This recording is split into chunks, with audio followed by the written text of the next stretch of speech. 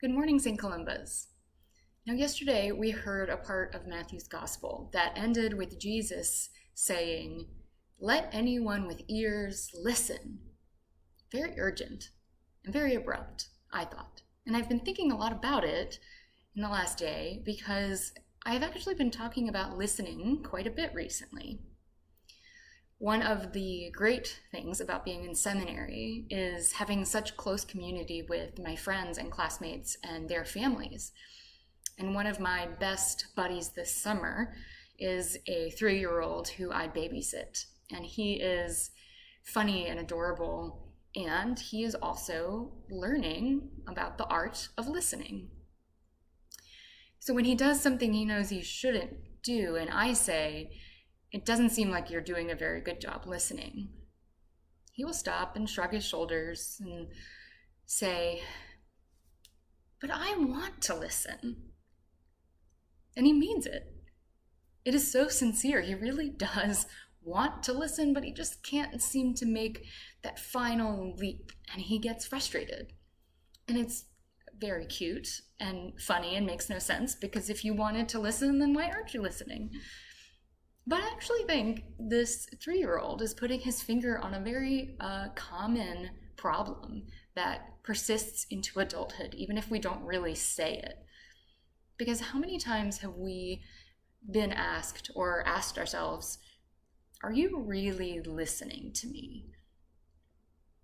Because listening is something deeper than hearing. It goes beyond that. It's a way of being in relationship that relies not just on our ears, but on all of our senses, our sight and our gut instincts and our observations and our faith in our minds.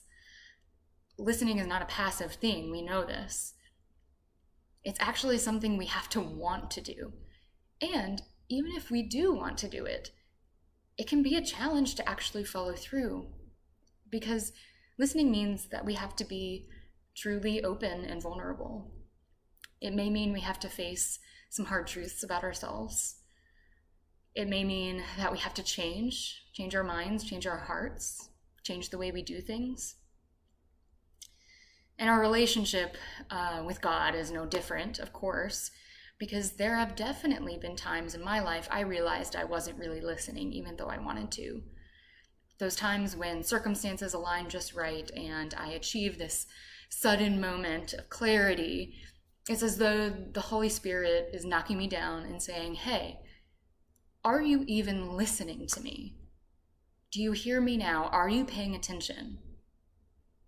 Because even though I had intended to listen to the Spirit's guidance along the way of whatever journey it was, I lost my sight, because it's really easy to do. All of us do it. All the time. And right now in the world, it seems like this is another really important thing to learn about ourselves.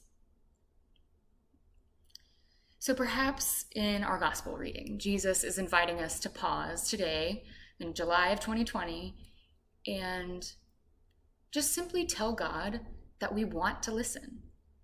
We're ready to listen. And I don't know what happens after that. I don't know what will be revealed in my life personally, but I am excited to find out. Those things are often very profound, and I hope you join me. Have a great week.